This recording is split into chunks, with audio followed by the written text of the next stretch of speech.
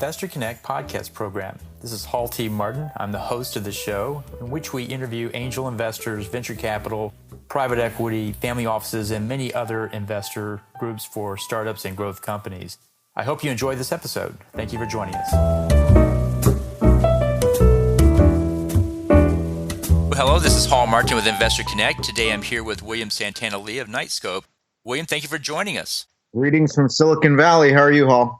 I'm doing good. Good to talk with you again today, and glad that you could be here. And maybe you can tell our listeners something about your background. What did you do before you joined Knightscope? Been all over the place, but primarily spent 10 years at Ford Motor Company. I'm an ex-auto executive. Let's see, probably 12 different jobs focused on 4 different continents, every functional area. I guess if you go on my LinkedIn profile, it looks like I'm kind of unemployable. Went around with awesome training ground for what I'm doing here at Knightscope, but worked on I'm going to date myself now. I worked on the Escort Tracer team at Ford with Mazda. I was a Lincoln vehicle engineer for the Lincoln Mark 8, worked on what is today the Ford Escape, worked for Ford of India, for Ford of Europe, Ford of Brazil. My second to last job was a little crazy. I was a director of mergers and acquisitions when we were running around buying everything. And my last job was a little even crazier. I was vice president and chief operating officer for a subsidiary I built for Ford. So ill-advised to be an intrapreneur, but I convinced the board of directors to release $250 million to me to do a roll-up in the used parts industry. I built the world's second largest automotive recycler. I bought 22 companies in 11 months, had about 600 employees working for me. I think we're doing about $150 million in sales. And at the age of 28, I was the youngest senior executive at Ford worldwide. Wow. That's quite a ride there in the car space. So what led you to innovate in the autonomous sector? Why did you choose that one over other areas that you could have gone after? I guess there's a personal answer to that and a professional one. The professional one, as an ex-auto executive, I think self-driving technology, autonomous technology is going to turn the $2 trillion automotive industry completely upside down. Just not necessarily in 100% agreement on the path to commercialize it. Your listeners may or may not know, but $80+ billion has been invested in autonomous technology.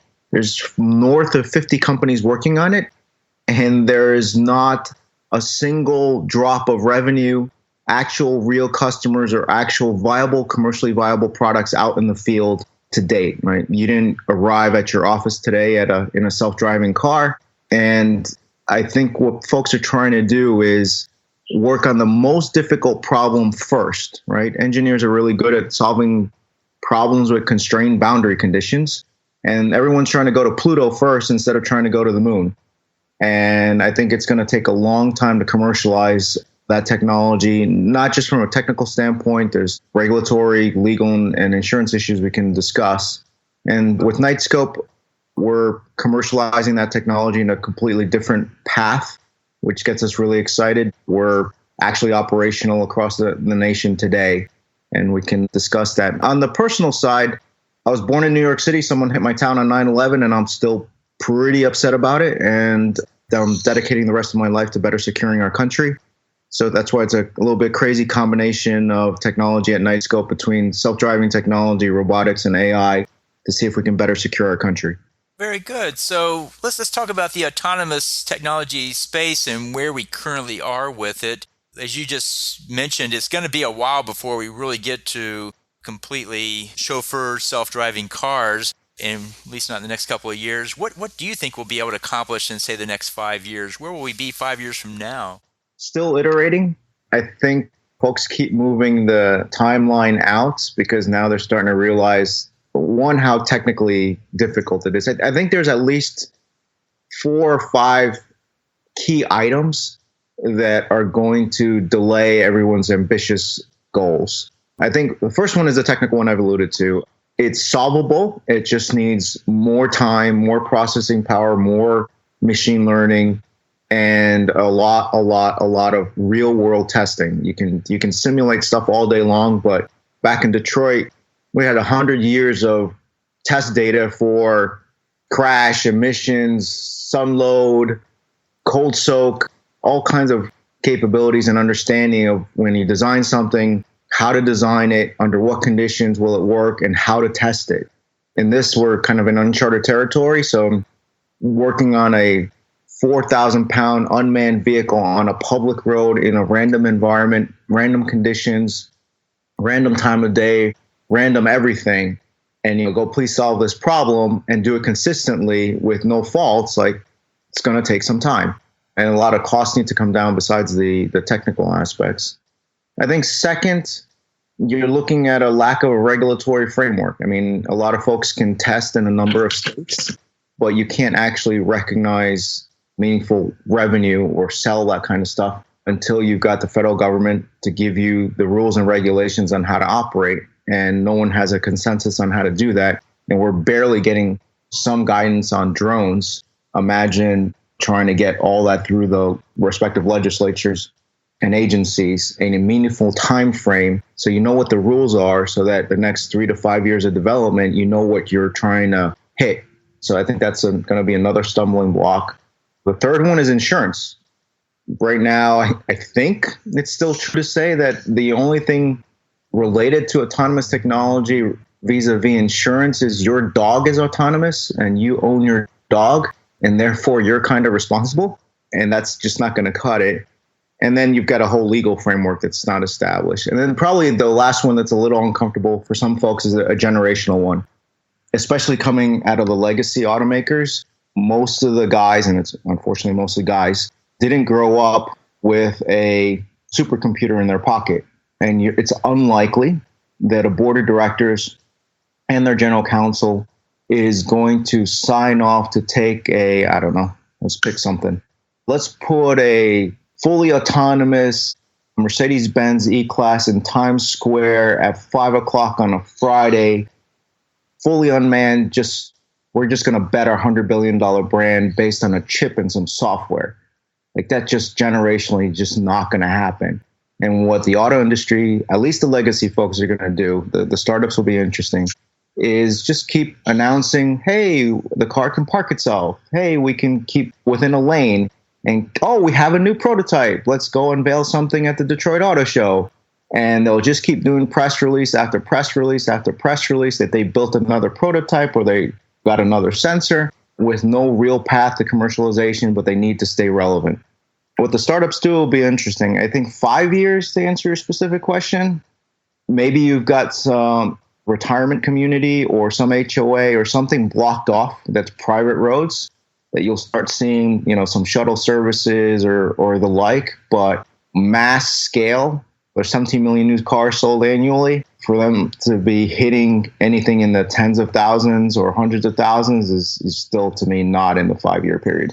Right. Well, it seems like there's a lot of investment going into this space. How much money is being invested in the autonomous self-driving technology from what you've seen? As I mentioned, it's probably nearing 100 billion now. I think a couple of years ago, the ticker was at 80 billion. And the money's coming from all sources, right? You've got non-traditional strategic investors, lots of corporates putting in money. The supply base, the automotive supply base in of itself, is pushing hard because a lot of the automakers have outsourced a lot of the technical capabilities. So these massive 10, 25, $50 billion automotive suppliers need to show their worth. And that's kind of now where some of the innovation resides.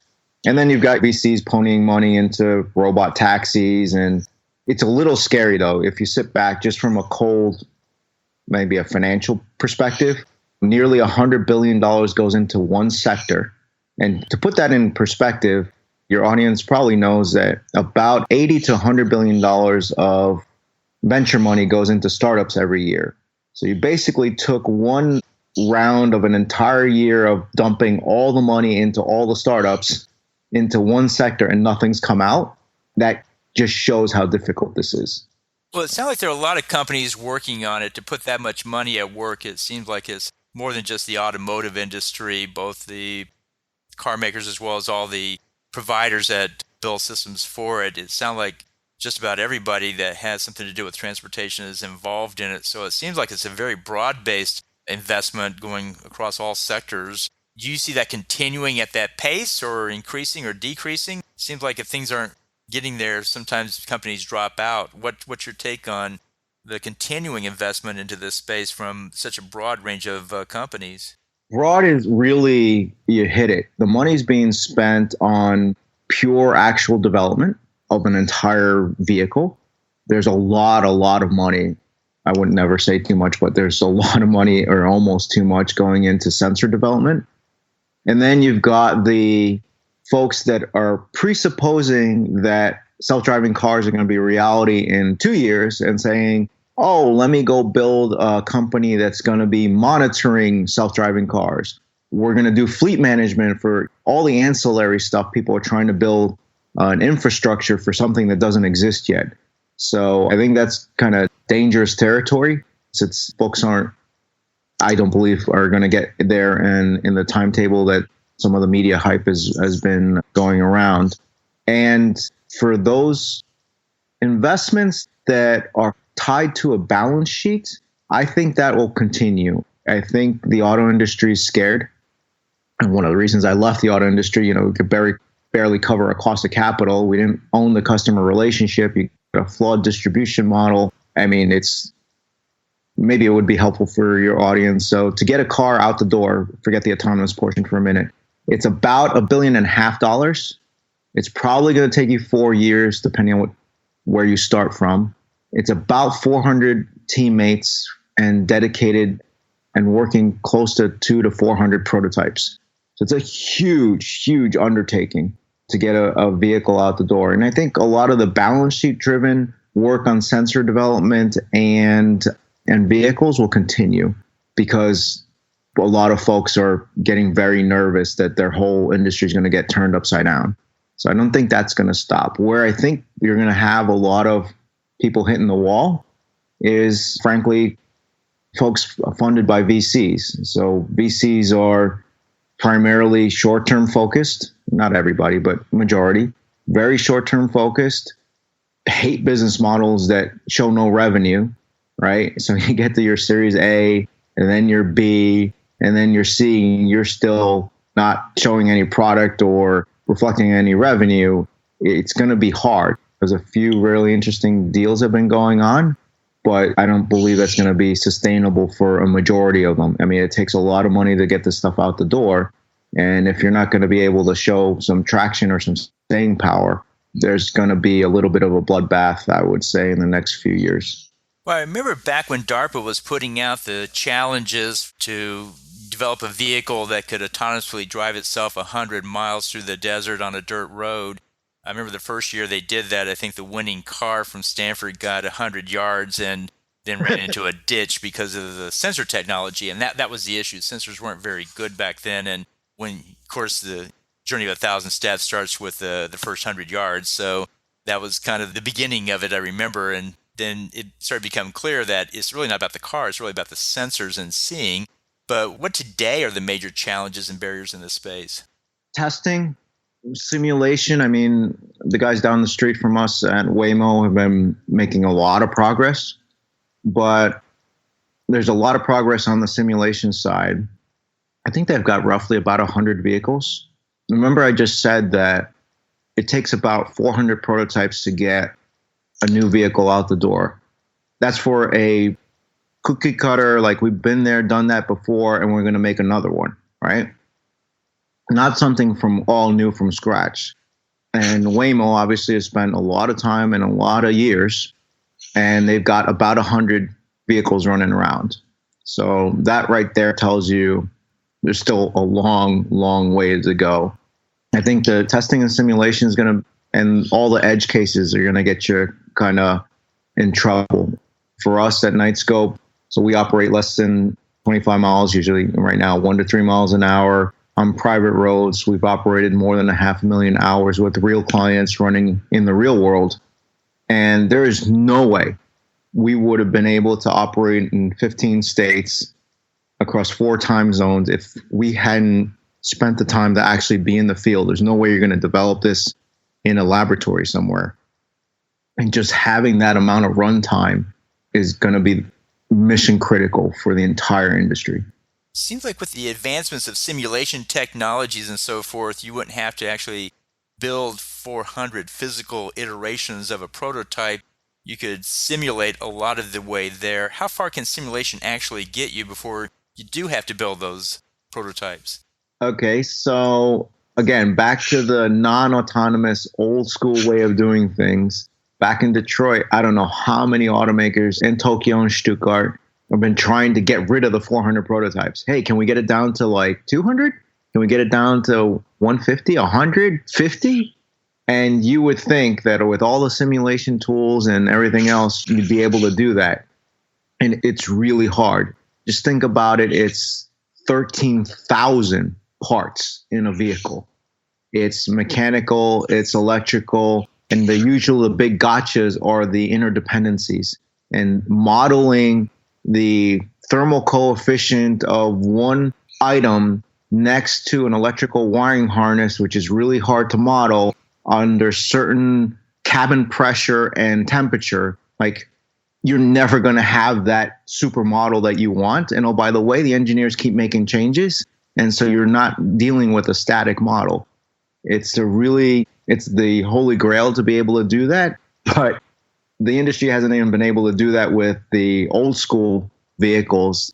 I have very little confidence, knowing what I know, that simulation is going to be our path forward. It's a very, very important input. Don't get me wrong, but that's not a panacea.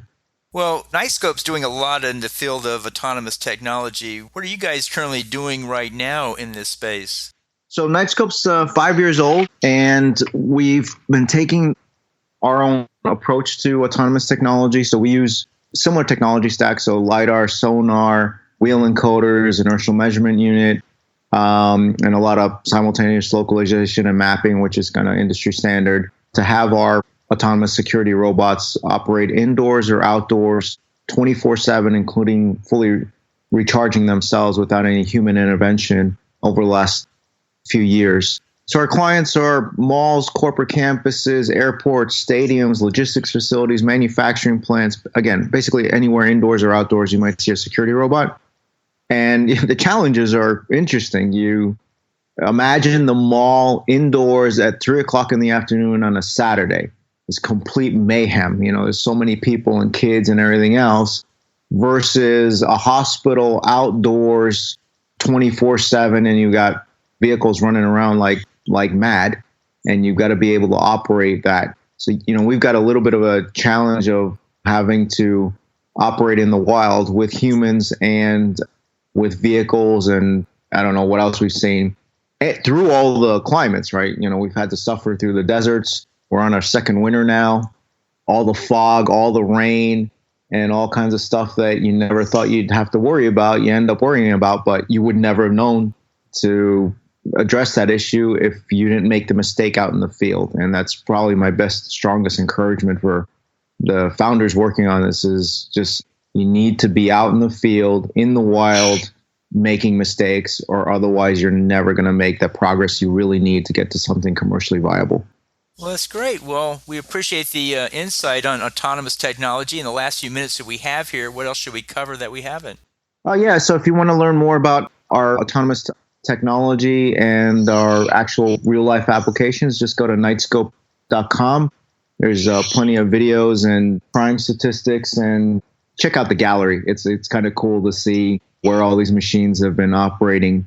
It's funny, we have almost all our machines are branded, which I never expected to be branded by our own clients. In some cases, multi-million or multi-billion-dollar brands on our technology. I think half of the machines are named. So we've got Steve and Big Daddy, and I think there's a Little Mama and a CB2 and a CX3PO, and some of these clients have given them names. And I think it's just a fascinating human to machine relationships that's going to end up carrying over onto the autonomous side as people start, literally humans starting to interact with autonomous vehicles out in the wild. And sometimes you get a great positive reaction. And in some cases, as Waymo started to see, sometimes not so much. So being able to relate to the public is going to be just as critical as the technology itself. Well, that's great. Well, how best for listeners to get back in touch with you? Sure. You can get me at, my full name's William Santana Lee, and you can look me up on LinkedIn. Twitter is at W Santana Lee. Last name is Li. or you can get me on my email is wsl@knightscope.com. Well, great. We'll put that in the show notes so people can get back in touch with you. And thank you for joining us today, and hope to have you back soon to talk about other topics. All right. Thank you so much, Hal. Investor Connect helps investors interested in startup funding. In this podcast series, experienced investors share their experience and advice. You can learn more at investorconnect.org.